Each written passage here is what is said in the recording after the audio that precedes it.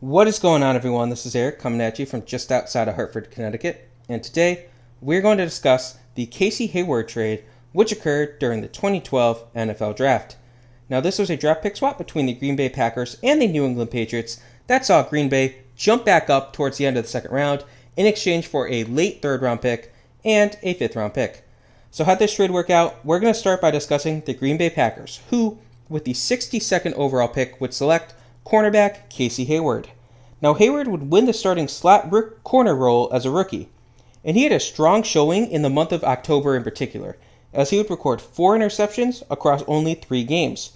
As a result, he was named Defensive Rookie of the Month for October. Now, all things considered, he had a stellar year.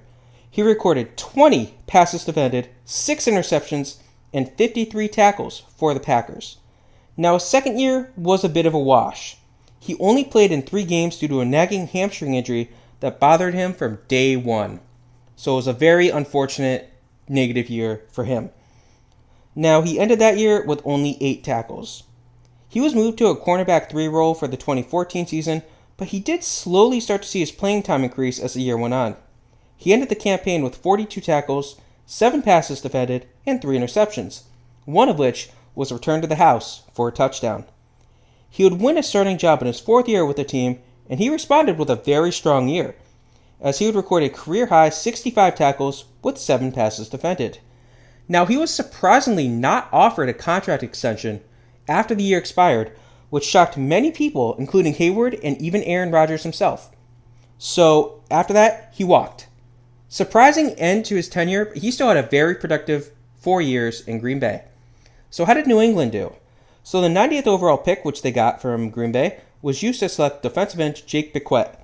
Now, Bequette would appear in 8 games over 4 years for the Patriots before being released.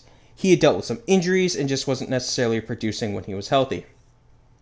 So they also got the 163rd pick from Green Bay, and they would actually end up trading it back to the Packers in exchange for 3 more draft picks.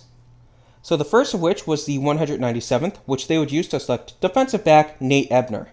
Now, Ebner would spend 8 years on the Patriots, and while the counting stats may not necessarily be there, as he had a total of 95 tackles, 1 forced fumble, and 3 fumble recoveries, he was a force on special teams.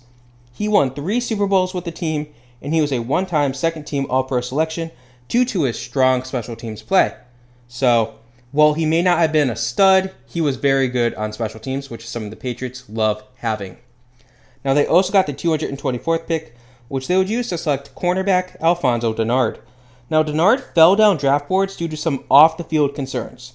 He had a solid rookie year for the Patriots, though, as he recorded 3 interceptions, one of which was taken back for a touchdown, 8 passes defended, 1 forced fumble, and 35 tackles over 10 games, 7 of which were starts.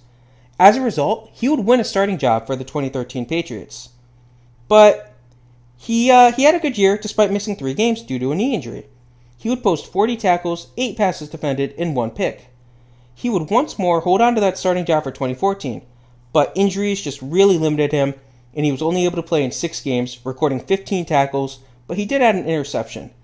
Now, after the year, he was released due to injury concerns, and he did have another off-the-field incident while with the Patriots, so they're just like, all right, you know what, enough is enough.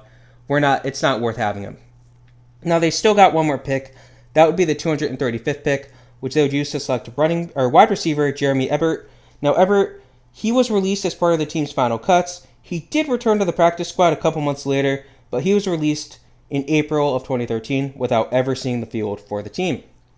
So we'll go back to the Packers here just because they did reacquire pick 163, which they had, of course, sent to New England in the original trade here. And 163 was used to select linebacker Terrell Manning. Now, Manning was waived after the preseason, and he was claimed by another team, so he did not play for the Packers. So all things considered, I mean, both teams kind of got at least 1 good player here. Casey Hayward was a stud for 3 of his 4 years in Green Bay, whereas New England, of course, they got Nate Ebner, who was a special team ace for 8 years, and they also got Alfonso Dennard, who was pretty good, all things considered, for basically combined 2 years. Anyways, hope you guys enjoyed this. This was the Casey Hayward trade. Have a good rest of your day.